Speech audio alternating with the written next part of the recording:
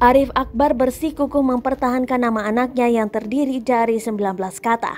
Pria asal Tuban, Jawa Timur itu tidak mau menuruti saran dari Dinas Kependudukan dan Pencatatan Sipil agar mengganti nama anaknya.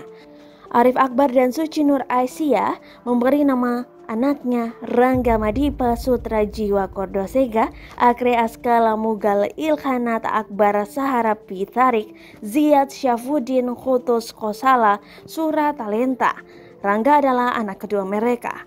Akibatnya mereka kesusahan mengurus akta. Padahal Rangga kini telah berumur 3 tahun lebih. Arif kini membuat surat terbuka kepada Presiden Joko Widodo. Arif bersikukuh tidak mengganti nama bayi yang lahir pada 6 Januari 2019 itu karena terselip doa. Misalnya, agar tidak mudah percaya berita hoax. Benar, kami telah mengirim surat terbuka ke Presiden, diantaranya lewat Facebook pribadi. Sudah ngurus akta 3 tahun lalu tapi tidak beres, ujar Arif Akbar dikonfirmasi Senin 4 Oktober 2021. Ia menjelaskan sudah mendatangi kantor Dinas Kependudukan dan Pencatatan Sipil mengurus akta anak keduanya itu, namun jawaban selalu sama, tetap tidak bisa. Disduk Capil mengaku tidak bisa dan berulang-ulang menyarankan mengubah nama anak tersebut.